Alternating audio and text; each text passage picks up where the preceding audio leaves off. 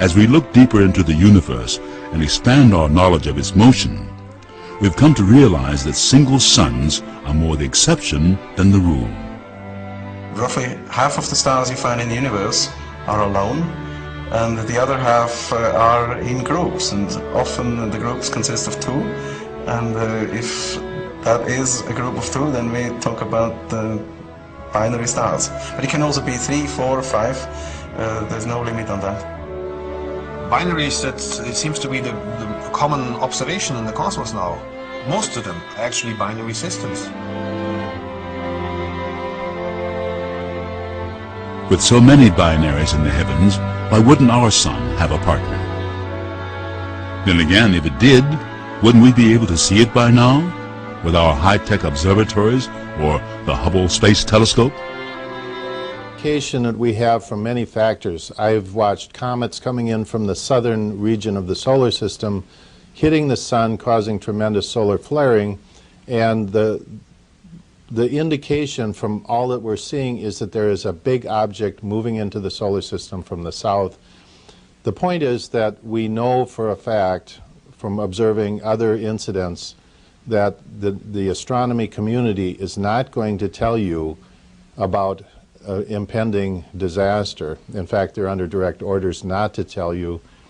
The situation that I'm working with is I'm trying to use the rudimentary ability of observation and what I've learned about the electrical solar system to gather information and get this information to the public, along with some other people who are really have their hands tied, because we know there's tremendous equipment that has the ability to observe this object.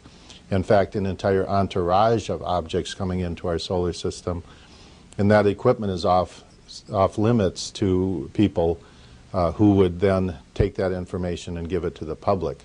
At the edge of our solar system is a field of asteroids known as the Kuiper Belt. In 2001, a team of scientists from the University of Michigan made a startling discovery. The asteroids appear to end very abruptly. A sheer edge like this would be expected in a binary system.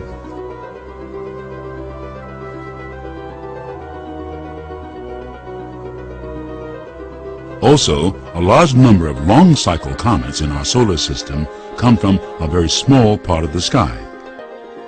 Although some astronomers like John Matisse and Daniel Whitmire think it may result from the gravitational pull of an unconfirmed 10th planet, our sun's binary could also have this effect.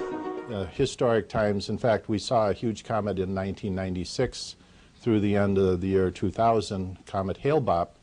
Typically, comets last a day, a week, where we see them, they're visible.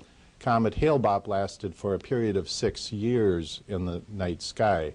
Tremendously large comet, and NASA claimed it never took a picture of that comet. Well, we now know that the very top layers of scientists in this country are fully aware that comets are not dirty snowballs.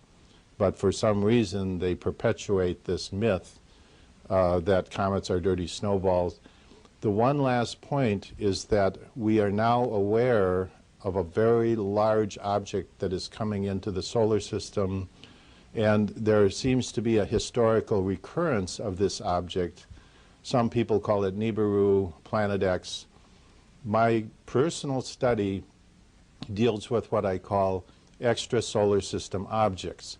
Some are big, some are small, but there's no question that there are hundreds, possibly thousands of these objects which come into our solar system periodically and then go out in a long orbit. Some may have a 100,000-year orbit. We saw one last February 2003, which we now call Comet Neat B1, which had a 33,000-year orbit. A very large object that came very near the sun, was tremendously large and affected the sun. This is the other thing, is that comets have the ability to affect the energy output of the sun. When that happens, we then get severe weather on Earth. So there's many aspects to the effects that these large comets can have on the solar system and on planet Earth. But the bottom line is, comets are not dirty snowballs. They are a very energetic plasma interaction of an asteroidal rocky body with the solar electric field. Very complex topic. Perhaps we've already seen our sun's binary companion, but clinging to old theories kept us from realizing it. If so, it would not be the first time that new knowledge was met with resistance. The Planet X phenomenon, or Planet 10, is not an imagination. This is real. This is real. There may well be also a pole shift, which may occur with this, because it has occurred before. In fact, they had calculated, though this may not be common knowledge, but the North Pole used to exist 500,000 years ago near North Bay, Ontario. So Santa's place actually is in North Bay, Ontario. He just had his real estate moved.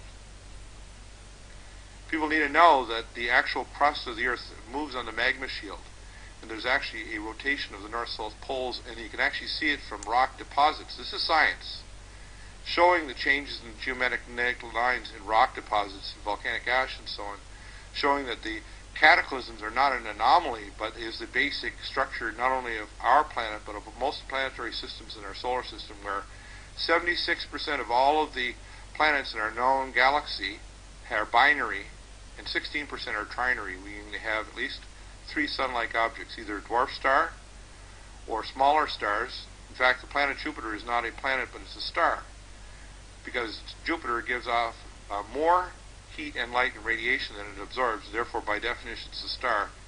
And any hyperdimensional object, a high-density object that could be ignited into a star or was a star, is by definition a dwarf star. This Planet X is not a planet by any means. It's a hyper-dense object that by definition is a probable aborted or dwarf star. So we probably have a trinary star system with a play, press, and reset button to civilization. And we're about to have the button pressed on us. Tsunamis and Yellowstone super caldera are coming. Now, I can't tell you when, but the thing that'll trigger it off is the